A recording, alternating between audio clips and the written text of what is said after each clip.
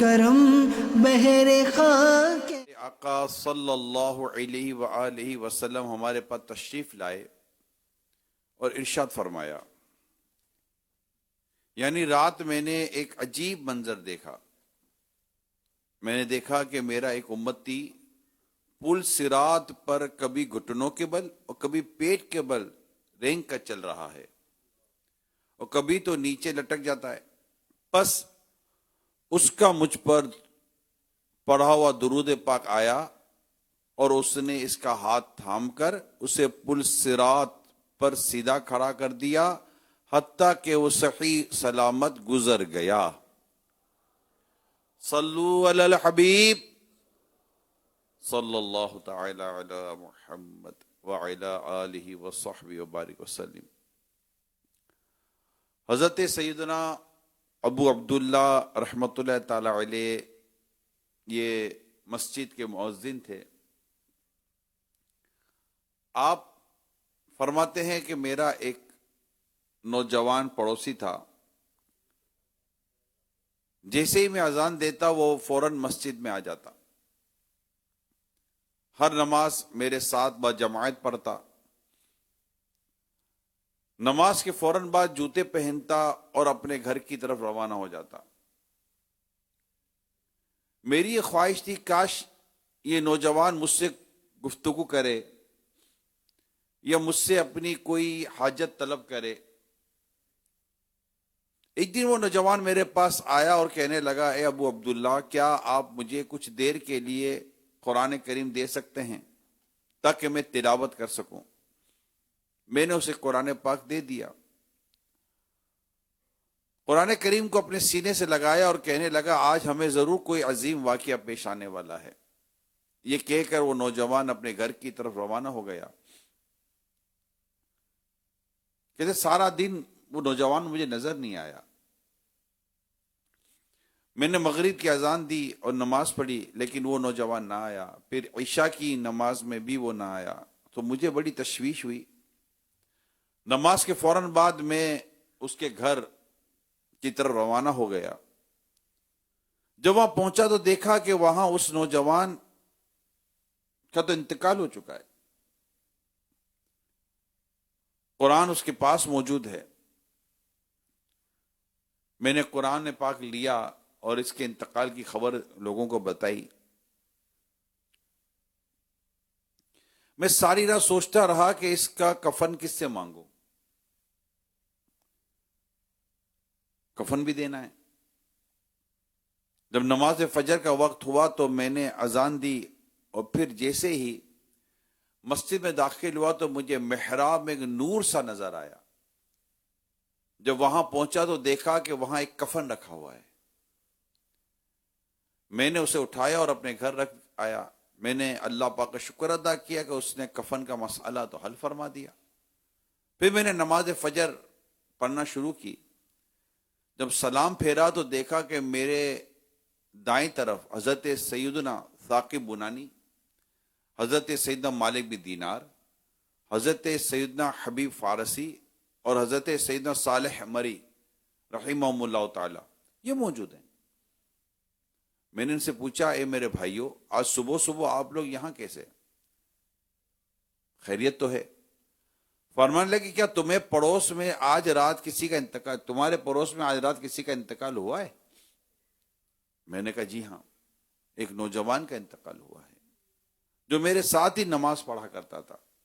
انہوں نے کہا ہمیں اس کے پاس لے چلو۔ میں انہیں اس نوجوان کے گھر لے گیا۔ حضرت سیدنا مالک بن دینار رحمت اللہ تعالی علیہ نے اس کے چہرے سے کپڑا ہٹایا اور اس کی سجدے والی جگہوں کو چومنے لگے۔ پھر فرمایا، اے حجاج، میرے ماں باپ تم پر قربان، جہاں بھی تمہارا حال لوگوں پر ظاہر ہوا، جہاں تمہارا حال لوگوں پر ظاہر ہوا، تم نے اس جگہ کو چھوڑ دیا اور ایسی جگہ رہائش اختیار کر لی جہاں کوئی تجھے جاننے والا ہی نہ ہو۔ اس کے بعد ان بزرگوں نے اس نوجوان کو غسل دیا۔ ان میں سے ہر ایک کے پاس ایک کفن تھا۔ ہر ایک کہنے لگا اس نوجوان کو میں کفن دوں گا۔ جب معاملہ آگے بڑھا تو میں نے کہا میں ساری رات اسی پریشانی میں مبتلا رہا ہوں کہ اس نوجوان کو میں کفن کہاں سے دوں گا؟ کہ صبح جب میں مسجد میں آیا اور اذان دینے کے بعد نماز پڑھنے لگا تو سامنے محراب میں مجھے یہ کفن نظر آیا. میں نہیں جانتا کہ کس نے یہ کفن وہاں رکھا تھا. اس پر سبھی کہنے لگے اس نوجوان کو یہی کفن دیا جائے. پھر ہم نے اسے وہی کفن دیا اور اسے لے کر قبرستان کی طرف چل دیے. اس نوجوان کے جنازے میں اتنے لوگ شریک ہوئے کہ ہمیں کندھا دینے کا بھی موقع نہ مل سکا. ہم سب حیران تھے کہ معلوم نہیں اتنے لوگ اس نوجوان کے جنازے میں شرکت کے لیے کہاں سے آ گئے ہیں. صلو علی الحبیب صلی اللہ تعالی علی محمد. میرے پیارے پیارے اسلامی بھائیوں، مسجد کو آباد کرنے، مسجد میں وقت پر پہنچنے کا یہ انعام ہے. جو مسجد آباد کرتے ہیں، مسجد میں نمازیں پڑھتے ہیں اور مسجد کو آباد کرنے والے کاموں سے مزید آباد کرتے ہیں، اللہ پاک انہیں دنیا اور آخرت کی بہترین جزا عطا فرماتا ہے. اللہ کریم ہمیں بھی مسجد آباد کرنے کی توفیق عطا فرمائے اور ہم بھی مسجد میں با جماعت نماز ادا کرنے والوں میں شامل کیجیے. اس نوجوان پر آپ اللہ کا کرم دیکھیے، غیب سے کفن کا انتظام ہو رہا ہے. بڑے بڑے اولیاء کرام اس کے جنازے میں شرکت کی سعادت حاصل کرنے کے لیے آ رہے ہیں، کیونکہ یہ مسجد میں وقت سے پہلے آ جاتے تھے، اذان مسجد میں آ کر سنا کرتے تھے. اللہ پاک ہمیں بھی مسجد میں دل لگنا نصیب کر دے. مسجد کو اللہ کے بندے یا نیک بندے ہی آباد کرتے ہیں، جو اللہ پر ایمان لاتے ہیں، آخرت پر ایمان لاتے ہیں، یہ مسجد آباد کرتے ہیں. اور دعوت اسلامی کا نعرہ یہی ہے، مسجد آباد، مسجد بھرو تیری. ہم تو مسجد بنانے والے بھی ہیں، مسجد بھرنے والے بھی ہیں. اور دعوت اسلامی کا جو بنیادی کام ہے وہ ہے ہی مسجد سے. مسجد آباد کریں اور اللہ پاک کی رضا والے کام مسجد میں آ کر کریں. مسجد آباد کرنا، اس میں مسجد کی تعمیر، اس میں اضافہ، اسے وسیع کرنا، اس کی مرمت کرنا، اس میں چٹائیاں، فرش اور فرش بچھانا، اس کی کڑی چونا وغیرہ کرنا، رنگ روگن اگر ضرورت ہو، روشنی و زینت کرنا، نماز و تلاوت قرآن کرنا، اس میں دینی مدارس قائم کرنا، وہاں داخل ہونا، وہاں اکثر جانا، آنا رہنا، وہاں اذان و تکبیر کہنا، امامت کرنا، یہ سب مسجد آباد کرنے والے کاموں میں شامل ہیں. اللہ پاک ہمیں ان کاموں کو اور جو مسجد آباد کرنے کے کام ہے اس کو کرتے رہنے کی توفیق عطا فرمائے. مسجد کی اہمیت کو آپ سمجھیے کہ جب میرے آقا صلی اللہ علیہ وآلہ وسلم مدینہ منورہ کی طرف ہجرت فرماتے ہیں تو مدینہ منورہ داخل ہونے سے پہلے جو عمل کیا جاتا ہے وہ مسجد قباء کی تعمیر ہے. مسجد قباء تعمیر کی جاتی ہے اور مسجد کو میرے آقا صلی اللہ علیہ وآلہ وسلم نے جس طرح مسلمانوں کے دینی کاموں کا مرکز بنایا اور جس طرح وہاں کے معاملات ہوتے تھے، اس کی پوری ڈیٹیل، یعنی یہ کتابیں ہیں پوری اسلام میں مسجد کی اہمیت، اس پر پوری کتابیں کہ کس کس طرح کے افعال اور اعمال مسجد میں کیے جاتے تھے.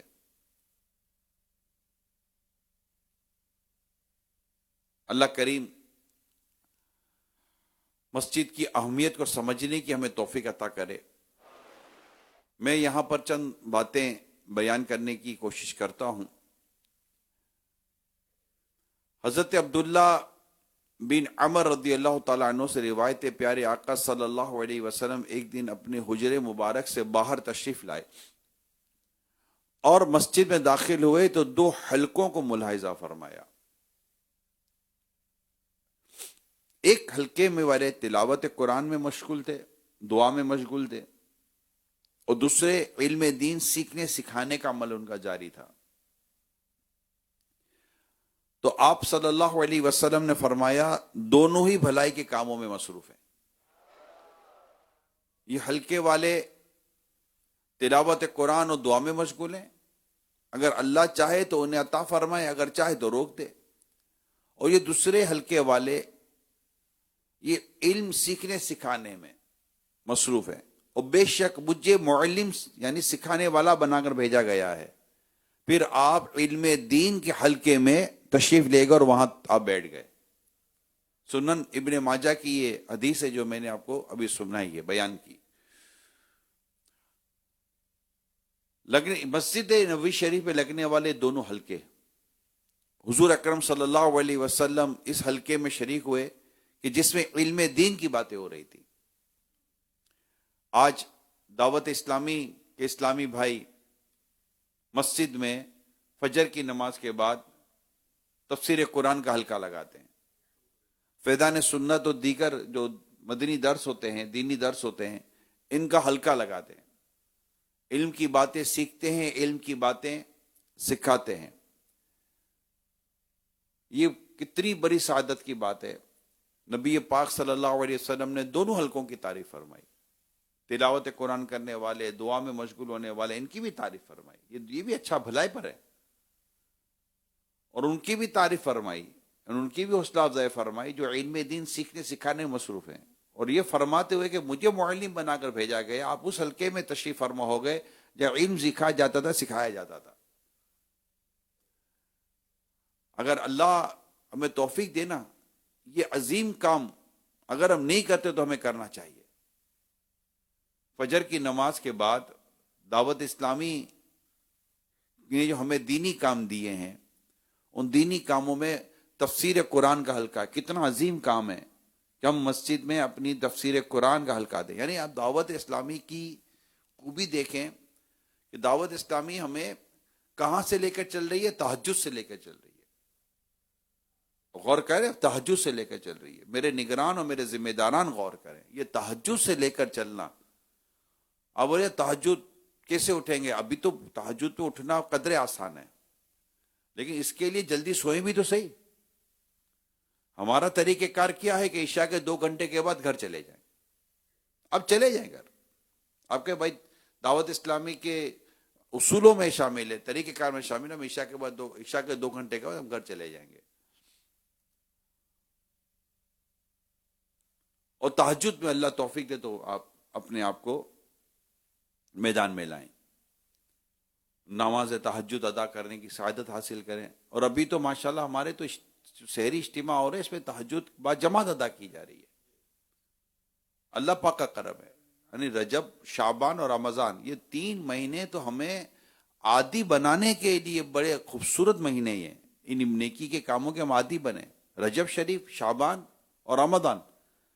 رمضان میں تو اسی سحری کے لیے اٹھنا ہی ہوتا ہے، اس میں بندہ تہجد کی عادت بنا لے اور اس عظیم عبادت کو حاصل کرنے والا بن جائے. عظیم عبادت ہے تہجد کی نماز. اللہ توفیق دے، اللہ توفیق دے. یعنی ہمیں بعض اوقات ہمارے اسلام کو ہوتا ہے یار کریں گے کیا؟ نہیں، وہ جاگتے ہیں، سوتے نہیں ہیں. ارے اللہ کے بندو، جس کام میں مصروف ہو اس کام کا تقابل تو کرو کہ وہ افضل ہے یا تمہاری تہجد افضل ہے. تو کئیوں کو جواب ملے گا یار ہو سکے تو تہجد کی نماز پڑھنی چاہیے. تو جا کر آپ سو جائیں، آرام کریں. اور آج اس وقت جو میں اس وقت بیان کر رہا ہوں 5 جنوری 2026 کراچی میں بیٹھا ہوا ہوں، تو اگر آپ آج بھی بیان کر 5:30 بجے بھی آپ کی آنکھ کھلتی ہے نا، تب بھی آپ کو تہجد کی نماز اچھی طرح سے مل سکتی ہے. وضو وغیرہ کر کے آپ فجر سے پہلے تہجد کی نماز اور دعا سے فارغ ہو سکتے ہیں.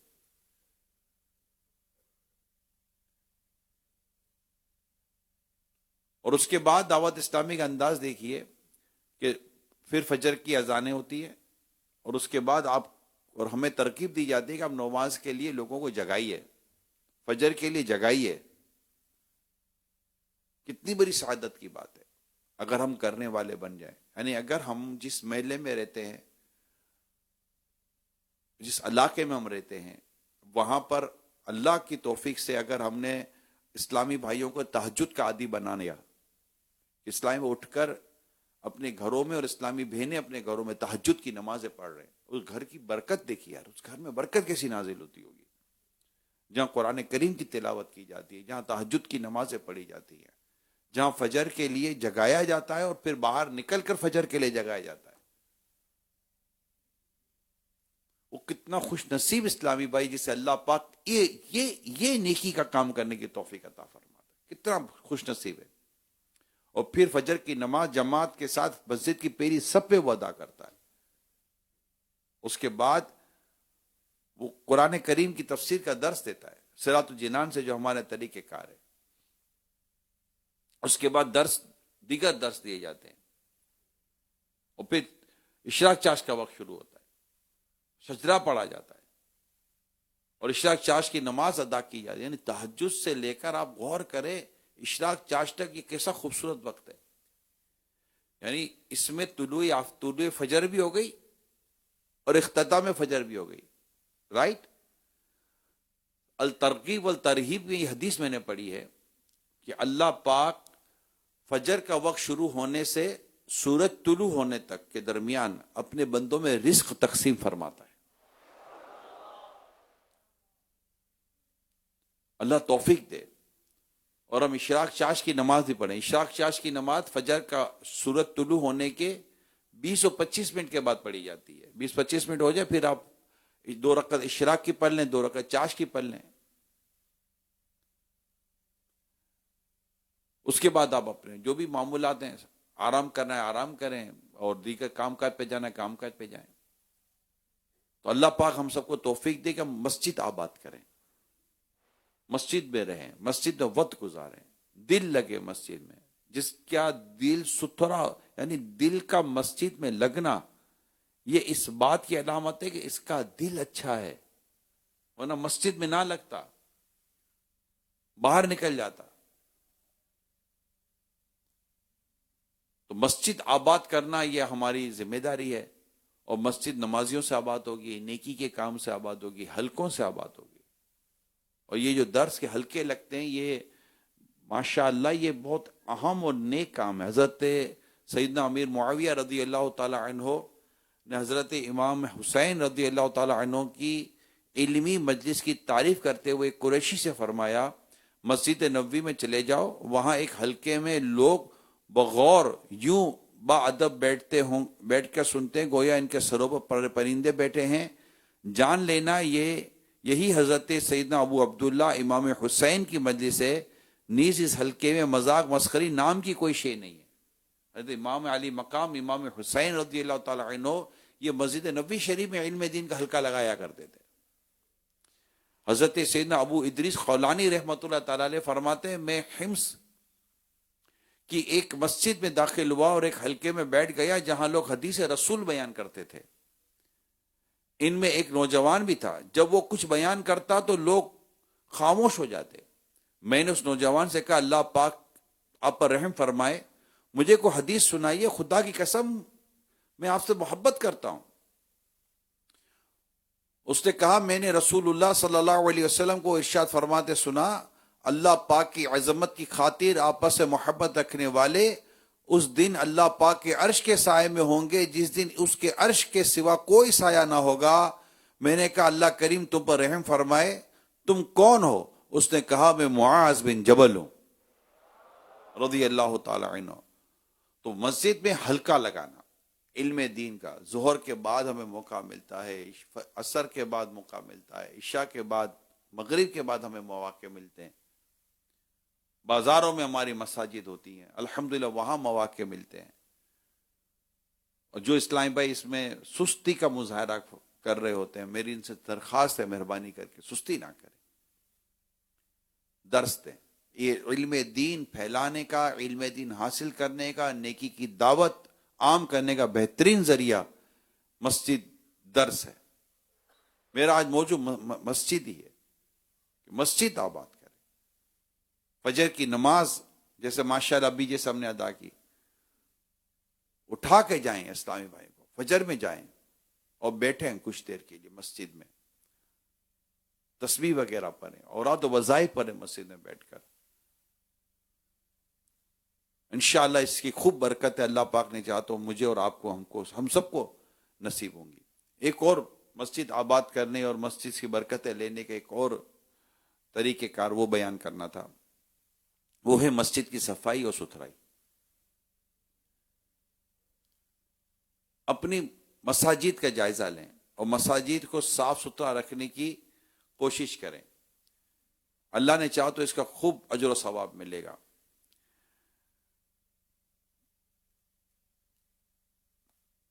پیارے آقا صلی اللہ تعالی علیہ وآلہ وسلم نے ارشاد فرمایا، مسجدیں بناؤ اور ان میں سے گرد و غبار نکال دیا کرو.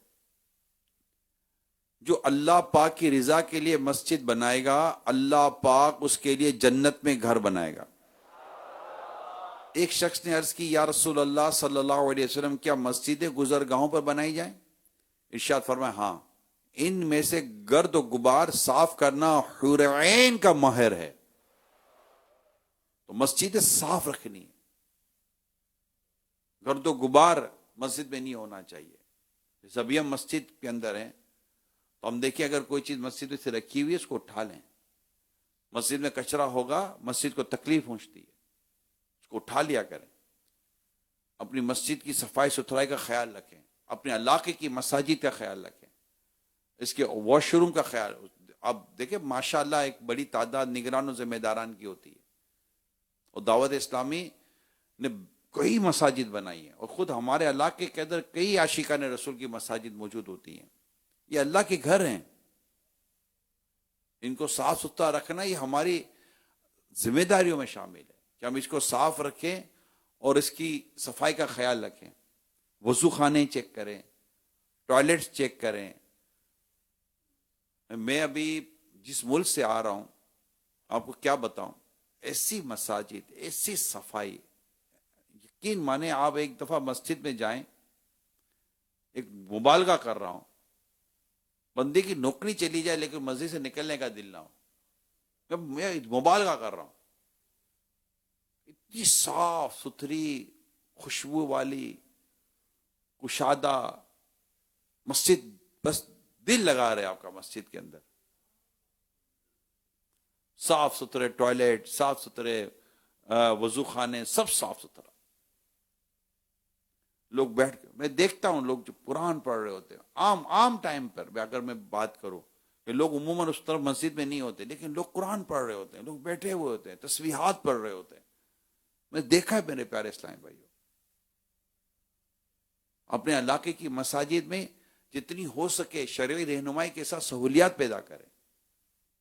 میں نے یہ بھی دیکھا ہے افریقہ اور دیگر ممالک کے اندر جو میرا جانا ہوا ہے، یو کے میں بھی یہ میں نے دیکھا ہے کہ کیونکہ لوگ دور دور سے آتے ہیں نا، 8 سے 10 کلومیٹر بعض اوقات مساجد دور ہوتی ہیں. جی ہاں، ایسا تھوڑی کہ اترتے نا مسجد میں چلے جاتے تو باہر بھی ایسا ہی ہے، ایسا نہیں ہوتا. کئی ممالک ایسے ہیں جن میں مسجد میں پہنچتے پہنچتے وقت لگتا ہے. لوگ گاڑیوں میں آتے ہیں.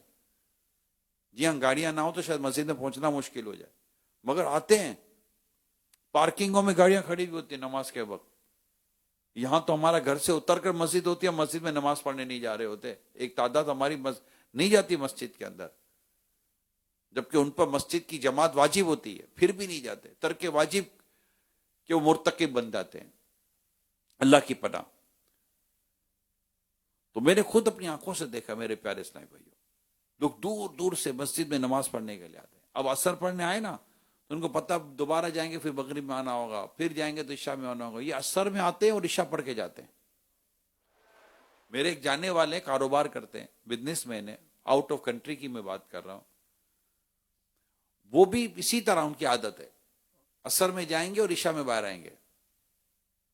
ایسا نہیں بھی مسجد میں ان کو موبائل کرو، موبائل رسپونڈ نہ کرو تو سمجھ آنا یہ مسجد کے اندر ہے. یہ مسجد میں ایسا نہیں موبائل لے کر بیٹھے رہتے ہیں. نہیں، نمازیں پڑھنا، تلاوت کرنا، عبادت کرنا، اوراد و وظائف پڑھنا، یہ معمولات ہوتے ہیں. اور ہمارے اتنے، اگر ہم معاشرے کی بات کریں تو ایک سے ایک جگہ پر ٹائم ہی ٹائم ہوتا ہے.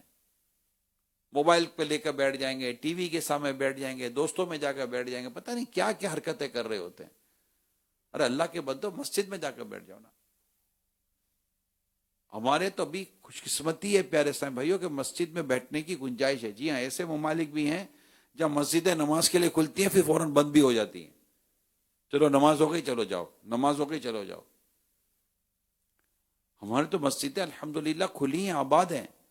ہم جا کر بیٹھیں تو ہمیں مسجد میں بیٹھنے کے لیے کوئی منع نہیں کرتا. اور گھر محلے میں مسجد ہے ہماری، علاقے کے ساتھ مسجد ہے، گھر کے ساتھ مسجد ہے، اور ہم محلہ آباد کرتے، ہوٹلیں آباد کرتے. ارے آباد مسجد کرنی ہے، بازار آباد کرنے میں لگے ہیں. دنیا زمین کا بدترین حصہ بازار، زمین کا بہترین حصہ مسجد حدیث پاک میں فرمایا گیا. اور ہمیں مسجد آباد کرنے کا ذہن دیا جاتا ہے. مدرسۃ المدینہ بالیگان مسجد میں لگائیں. اب سوچئے جماعت سے نماز اور اوراد و وظائف، درس، تفسیر قرآن، مدرسۃ المدینہ بالیگان. ماشاءاللہ ہمارے اسلامی بھائی مسجد میں مدنی مشورے کرتے ہیں. ایک کونے میں بیٹھ کے مدنی مشورہ جاری ہوتا ہے، دین کا کیسے کام کرنا ہے، کیسے آگے بڑھنا ہے، جو وغیرہ ہمارے مدنی مشوروں کے مدنی پھول ہوتے ہیں. مگر ان سب کے ساتھ ساتھ مسجد کی صفائی ستھرائی، تاکہ عام آدمی کو مسجد میں آنے کا دل کرے، عام آدمی مسجد میں بیٹھنے کو اس کا دل کرے. اللہ پاک ہمارے حال پر رحم فرمائے، اور اب اللہ پاک مسجد کی محبت ہمیں عطا فرمائے. حدیث پاک میں ہے، مجموع الزوائد کی حدیث ہے، جو مسجد سے محبت کرتا ہے اللہ پاک اسے اپنا محبوب بنا لیتا ہے. اللہ اکبر، اللہ اکبر. اللہ دل لگا دے مسجد میں، اللہ دل لگا دے مسجد میں. معراج کی سہانی رات پیارے آقا صلی اللہ علیہ وسلم کا گزر ایک ایسے شخص کے پاس سے ہوا جو عرش کے نور میں چھپا ہوا تھا. آپ صلی اللہ علیہ وسلم نے فرمایا یہ کون ہے؟ کیا کوئی فرشتہ ہے؟ کہا گیا نہیں. فرمایا کوئی نبی ہے؟ کہا گیا نہیں. پوچھا پھر یہ کون ہے؟ بتایا گیا یہ وہ شخص ہے کہ دنیا میں اس کی زبان ذکر الہی سے تر رہتی تھی، اس کا دل مسجد میں لگا رہتا تھا، اور یہ کبھی اپنے والدین کو برا کہے جانے یا ان کی بے عزتی کیے جانے کا سبب نہیں بنا. یہ اس کی فضیلت تھی. یہ اس کی کسی خوبصورت بات بیان ہوئی. 3 خوبیاں بیان ہوئی اس کی. اس کی زبان اللہ کے ذکر سے تر رہتی، اس کا دل مسجد میں لگا رہتا، یہ کبھی اپنے والدین کو برا کہے جانے یا ان کی بے عزتی کیے جانے کا سبب نہیں بنا. اس کے عمل کتنے خوبصورت ہے، کیونکہ والدین پر کبھی کوئی بات نہیں ہو سکی. اللہ پاک ہمیں بھی اپنی زبان کو ذکر سے تر رکھنے کی توفیق عطا فرمائے. ذکر و درود ہر گھڑی ورد زباں رہے، ذکر و درود ہر گھڑی ورد زباں رہے، میری فضول گوئی کی عادت نکال دو. اللہ پاک بس ہمیں اپنا ذکر کرنے کی توفیق عطا کرے. حضرت سیدنا عبد الرحمن بن معقل رضی اللہ تعالیٰ عنہ فرماتے ہیں ہم سے بیان کیا جاتا تھا المسجد حصن حصین، حصین من الشیطان، یعنی مسجد شیطان سے بچنے کے لیے ایک مضبوط قلعہ ہے. مسجد میں رہنے کی عادت بنائیں، مسجد کو آباد کرنے کا اپنا مزاج بنائیں، تاکہ ہم دنیا اور آخرت میں بھلائیاں پا سکیں. میرے پیارے سے بھائی خوبیاں پا سکیں. کئی لوگوں کو میں ماضی میں دیکھتا رہا ہوں، مسجد سے نکل کر باہر جا کر دوستوں میں کھڑے ہو کر باتیں کرتے تھے. ارے بھائی اتنی دیر کھڑے ہو کر باتیں، مسجد کے وقت مسجد میں وقت گزار لیتے، اعتکاف کی نیت کے ساتھ بیٹھے رہتے، ثواب ملتا. تو آج میرے سارے اسلامی بھائی نیت کریں، انشاءاللہ مسجد آباد کریں گے، مسجد میں آئیں گے، مسجد میں رہیں گے، مسجد میں بیٹھیں گے، مسجد میں اپنا دینی کام کریں گے. مسجد کے جو بھی آداب ہیں اس کا خیال رکھنا ہے کہ مسجد کو ان چیزوں سے بچانا ہے کہ جس سے مسجدیں بچانے کا حکم دیا گیا ہے. اس کی پوری تفصیل ہمیں فیضان رمضان میں بھی مل جائے گی، اس کی تفصیل ہمیں فیضان نماز میں بھی مل جائے گی. مسجد کے تعلق سے اللہ کا گھر ہے، ہمیں اس میں آنا ہے، نمازیں پڑھنی، ہمیں پتہ ہونا چاہیے مسجد کے لحاظ، مسجد کے کیا کیا اصول، مسجد کی کیا کیا اہمیت بیان کی گئی ہے. اور مسجد کی صفائی ستھرائی کا خیال رکھیں. بدبو سے مسجد خود کو بھی بدبو سے بچائیں، کیونکہ بدبو کے ساتھ مسجد کا داخلہ اس کی اجازت نہیں ہے. الحمدللہ دارالسنہ ہمارے مسجد میں لگتے ہیں. مسجد آباد کرنے میں دعوت اسلامی کا یہ بہت بڑا کردار ہے. دارالسنہ جیسا عظیم شعبہ جہاں کوئی لمحے کے لیے بھی آ جائے تو اس کو علم دین سکھایا جاتا ہے. دارالسنہ، مدرسۃ المدینہ بالیگان، درس، بیان، ہفتہ وار اجتماع، مدنی مذاکرے، مسجد میں بیٹھ کر ہم سن رہے ہیں نا. ہاں، یہ مسجد جہاں پر مدنی مذاکرے مدنی چینل پہ دکھائے جاتے ہیں وہ اس کی مسجد کی اجازت نہیں ہے. ہم کوشش کرتے ہیں مدنی مذاکرہ ہال بنائیں، کوئی ایسا کمرہ، کوئی ایسا ارینجمنٹ کر لیں باہر کا کہ جہاں پر مدنی مذاکرہ دکھایا جا سکے. لیکن اس وقت آپ دیکھیے ہم کہاں ہیں؟ مسجد میں. مدنی قافلے کہاں ہیں؟ مسجد میں. مدنی مشورے کہاں ہیں؟ مسجد میں.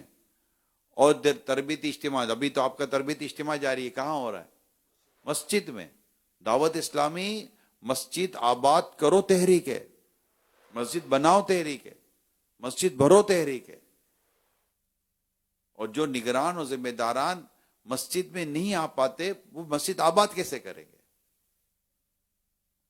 اللہ پاک ہم سب کو مسجد کی محبت، مسجد سے پیار اور مسجد کو آباد کرنے کی اللہ پاک ہم سب کو توفیق عطا فرمائے. آمین آمین. بجائے خاتم نبیین صلی اللہ تعالی علیہ وآلہ وسلم. صلو علی الحبیب صلی اللہ تعالی علی محمد. انشاءاللہ شجرہ شریف پڑھا جائے گا. الحمدللہ رب العالمین والصلاة والسلام علی خاتم. یا الہی رحم فرما مصطفیٰ کے واسطے، یا رسول اللہ کرم کیجئے خدا کے واسطے. مشکلیں حل کر شہ مشکل کشا کے واسطے، کربلائیں رد شہید کربلا کے واسطے. سید سجاد کے صدقے میں ساجد رکھ مجھے، علم حق دے باقر علم ہدا کے واسطے. صدق صادق کا تصدق صادق الاسلام کر، بے غضب راضی ہو کاظم، بے غضب راضی ہو کاظم، اور رضا کے واسطے. یا الہی رحم فرما مصطفیٰ کے واسطے. بہر معروف و سری معروف دے بے خود سری، جند حق میں گن جنید با صفا کے واسطے. بہر شبلی شیر حق دنیا کے کوتوں سے بچا، ایک کارک عبد واحد بھیریا کے واسطے. بلفرح کا صدقہ کر غم کو فرح دے، حسن و سعد بلحسن اور بو سعید سعد زا کے واسطے. قادری کر قادری رکھ قادریوں میں اٹھا، قادری کر قادری رکھ قادریوں میں اٹھا.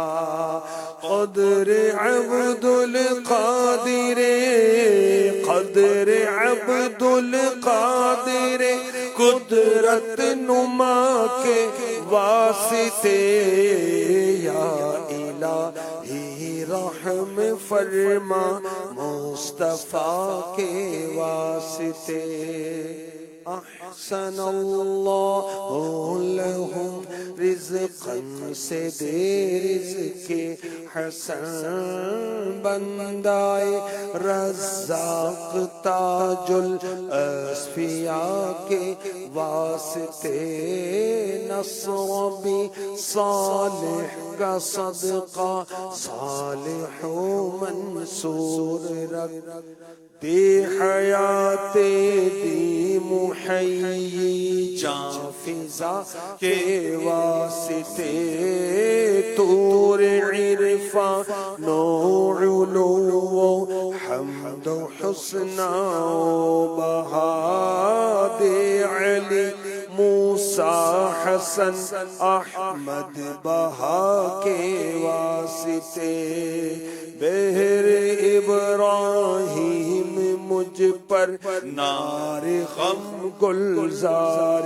کر بھیک دے داتا بھکاری بھیک دے داتا بھکاری بادشاہ کے واسطے یا الہی رحم فرما مصطفیٰ کے واسطے خانہ دل کو زیاد روح ایمان کو جمال شہزیاں مولا جمال الاولیاء کے واسطے دے محمد کے لیے روزی کا رحمت کے لیے خان فضل اللہ سے حصہ گدا کے واسطے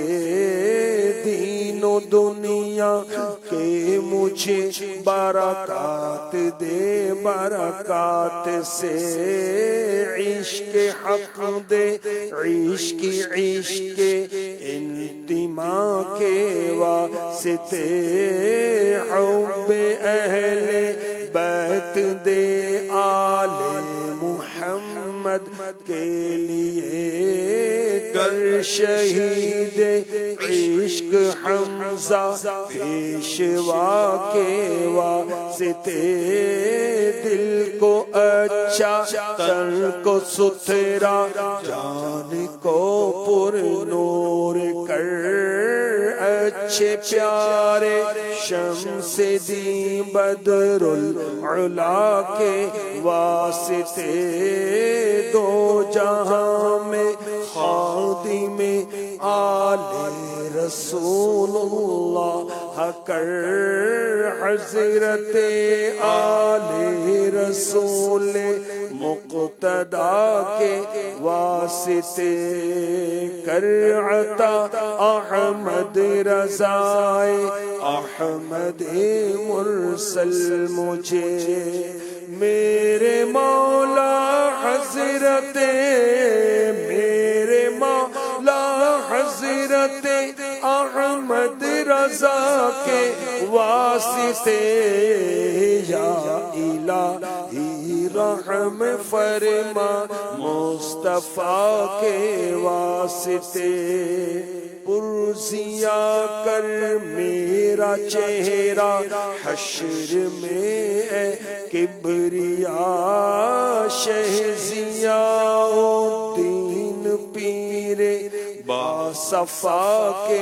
واسطے احینا فی الدین والدنیا سلام بالسلام قادری عبد السلام خوش ادا کے واسطے عشق احمد میں عطا کر چشم تر سوزے جگر یا خدا الیاس کو یا خدا الیاس کو احمد رضا کے واسطے یا الہی رحم فرما مصطفیٰ کے واسطے صدقہ ان اعیاں کا دے چھ عین عز علم و عمل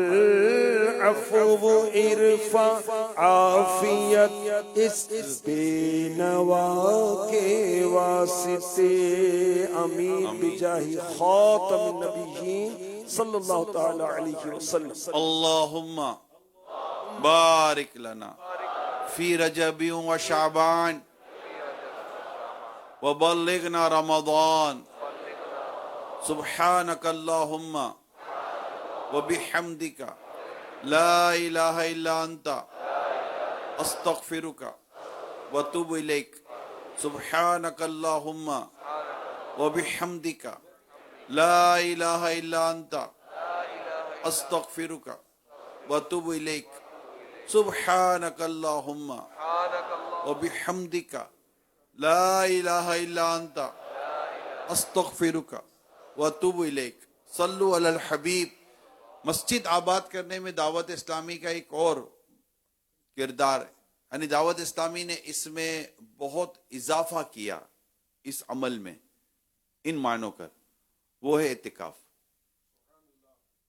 حالانکہ عظیم عبادت ہے اور زمانے سے یہ عبادت چلی آ رہی ہے، مگر دعوت اسلامی نے الحمدللہ اس میں 1 ماہ کا اعتکاف کا آغاز کیا اور بڑی تعداد الحمدللہ اعتکاف میں شرکت کی سعادت حاصل کرتی ہے. اللہ کریم اس ذریعے سے بھی ہمیں مسجد آباد کرنے اور اعتکاف کی برکتیں پانے کی توفیق عطا فرمائے. آمین بجائے خاتم نبیین صلی اللہ علیہ وآلہ وسلم. صلو علی الحبیب صلو صلاۃ الاشراق یرحمنا.